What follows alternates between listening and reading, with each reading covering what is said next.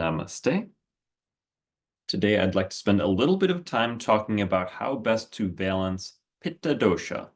And Pitta Dosha is the one for me, personally, that is most likely to get out of balance. So I am speaking from some experience in this video.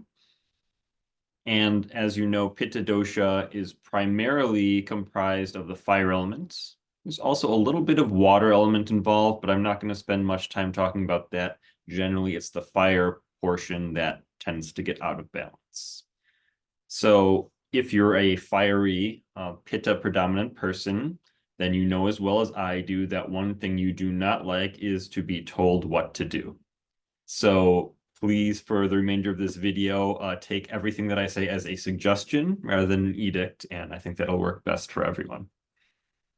So the most likely time to get out of balance in terms of your Pitta dosha would be the summertime, especially if you live in a warmer climate. It's fairly obvious. The heat is going to take this fire element and increase it and get it a little bit out of balance. So that's when we most need to think about taking care of it and being more conscious of what we're doing. And so we'll talk about this in terms of our lifestyle and our yoga practice and in the foods that we intake. And in terms of lifestyle, Pittas are really high achievers. They're always looking to do more and accomplish a lot. So the way to balance this is to be less busy. And that's a big ask for a Pitta, is to temper this need to do things, to achieve things, to accomplish things with time to just be quiet and relax and restore. And the best way to do that is in nature, spending time, quiet time in nature for just taking long walks or just resting, with the exception of avoiding too much time in direct sunlight. If you have to spend a lot of time in direct sunlight for your job or for something else, make sure to wear a hat, wear sunglasses, do things to protect yourself from the direct sun. Spend a few minutes in the shade when you can, because that direct sunlight will aggravate your pitta, give you headaches, it'll make you irritable, it'll give you sunburn, sun rashes, all these kinds of things. The other part for lifestyle for pitta, because pittas really like to be in control, is to learn to relinquish that control, to surrender. And that's a hard thing for a pitta to hear. The need to be in control all the time actually stems from fear, right? We're afraid that if we relinquish control, we'll make ourselves vulnerable, possibly to get hurt in some way, or disrupted, or whatever it is. So the way to think about this, or just kind of change our mindset, can be to, instead of thinking about surrendering as a weakness, but surrendering as a strength, a sign of strength that I'm willing to make myself vulnerable, I'm willing to let someone else take control for a little bit. And a good way to kind of know whether your pitta is getting out of balance, like wanting to control yourself to an extent, that's healthy for a pitta. But once you start to try to control other people and other situations, then that's a sign saying, oh, my pitta might be out of balance. I'm trying to control other people's situations. In terms of yoga practice, pittas, again, like to have that achievement. So they like to challenge themselves, go through like hardships, and then feel like, oh, I overcame that. So they gravitate towards things like hot yoga, even though obviously the heat is taking them completely out of balance, right? They go out and do the hot yoga and say, oh, I overcame that hot room and all the sweating and all the challenging postures. Also, the Mysore style of Ashtanga practice, where it's a challenging sequence and you only move to the next portion of the sequence if you do a good enough job with the previous part. So it's that achievement, that kind of like dangling carrot that the pittas get excited over. And so this also, unfortunately, is not a particularly good practice for balancing pitta, because it gets them consistent, strong practice, consistently doing the same practice and consistently striving is going to get that pitta out of balance. So pitta does need some challenge in order to stay interested.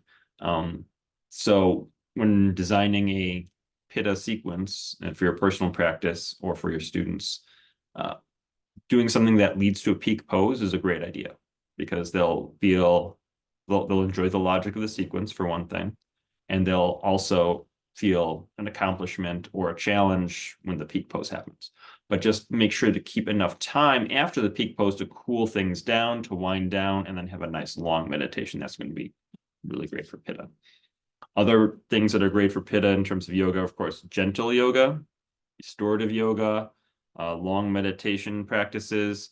The problem is most Pittas aren't going to want to do this regularly. They're going to want to incorporate more challenging asana, even more challenging pranayama too. Like they'll tend to want to do longer kumbhakas. They'll want to do advanced pranayama, things like that. And that's all fine. Just again, balancing that with the rest, restorative, the things that aren't necessarily challenging. And that's actually challenging for the Pitta, right? Is to not challenge themselves, ironically. And then in terms of food, this is usually great news for Pitta, is that Pittas have the greatest digestion of the three doshas. So they can handle things that other doshas can't. The main thing to worry about as a Pitta is overindulging because your digestion works well. There's this idea of wanting to eat more and more and more and more.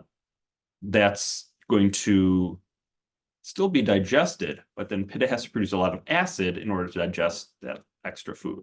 And Pitta already has a lot of acid in the system. Similarly, Pittas will gravitate towards pungent foods, so spicy foods, garlic, fermented foods, things that they really enjoy. But again, that's just fueling this acidic state, and that's going to create heartburn, indigestion, things of that nature. So that's something to be very mindful of. Way to balance this is by having more cooling foods. Dairy is something that Pittas can digest, and yogurt and milk are very cooling. As long as the less processed they are, the more cooling they'll be. But you can also find just lists of cooling foods versus heating foods online, and just as a Pitta, try to favor those cooling foods, especially if it's hot outside or if you're very busy. Avoiding processed foods also. The processed foods will tend to be more heating, more acidic than more natural foods.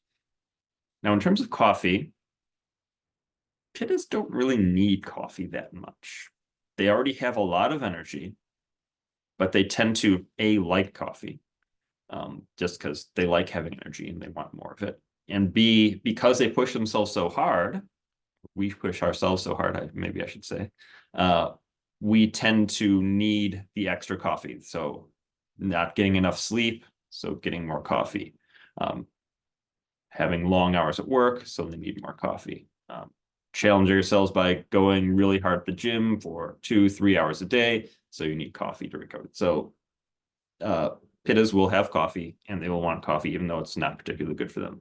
But ways to make it better. Number one is, if it's a summertime especially, go with iced coffee as opposed to hot coffee. You wouldn't recommend cold drinks much for the other doshas, but for Pitta, it's okay, especially in the summertime, and that'll counteract some of the heating qualities of the coffee. There is also acid-free coffee that you can find. Just Google it online, either low acid or acid-free coffees. There's a few different companies that have that. I've had them, and they do a lot better as far as not aggravating the acid in my system. So check that out. They tend to be expensive, but they do taste pretty good. And then the other thing you can do is you can add cardamom to your coffee. This will make the coffee less acidic. So if you're having hot coffee in the winter, adding the cardamom pods, just crack them a little bit, put them in with coffee grounds, and then when you brew it, you'll have that less acidic coffee just naturally using the spice.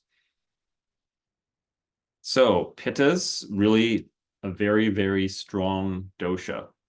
When it's in balance, it can achieve so much, can really do a lot of good in this world, create a lot of good things, and have great leadership qualities, but also out of balance, it's just so dangerous. You can burn out yourself, you can burn out those around you, you can make other people really upset. So this is a really important dosha to keep in balance. Balanced, it's very powerful. Unbalanced, it's very dangerous. So please do your best to balance your pitta, and I'm going to do my best to balance mine too. Namaste.